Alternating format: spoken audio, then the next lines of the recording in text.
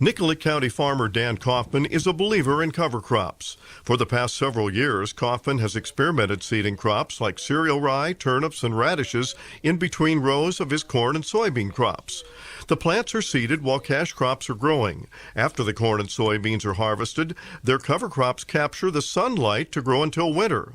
Having continuous live roots in the ground contributes to nutrient sequestration, reduced compaction, and better overall soil health. We've proven it to ourselves, in the past 3 years here. So now it's basically to scale it up. It's just kind of been experimenting so we don't, break the bank or break the farm on a new practice. But we've saw it work. We've proved it. We're going to keep doing it.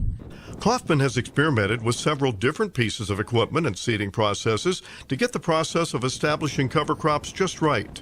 He's currently working on a project to inject manure in his strip till system. Kaufman has been supported in his efforts by the Minnesota corn growers and their Innovation Grant Program.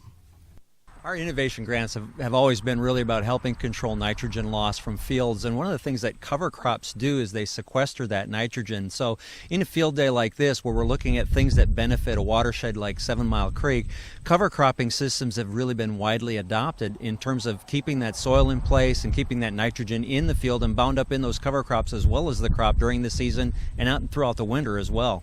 Kaufman says a lot of farmers are skeptical that cover crops can work in their area, but his research says otherwise. Kaufman is happy with the yields he's getting on his farm. He also knows there's a longer-term reason he's focusing on cover crops and soil health.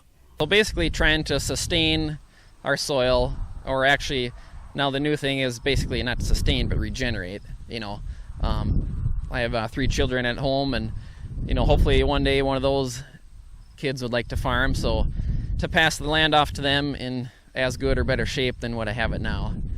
This is Lynn Ketelsen reporting.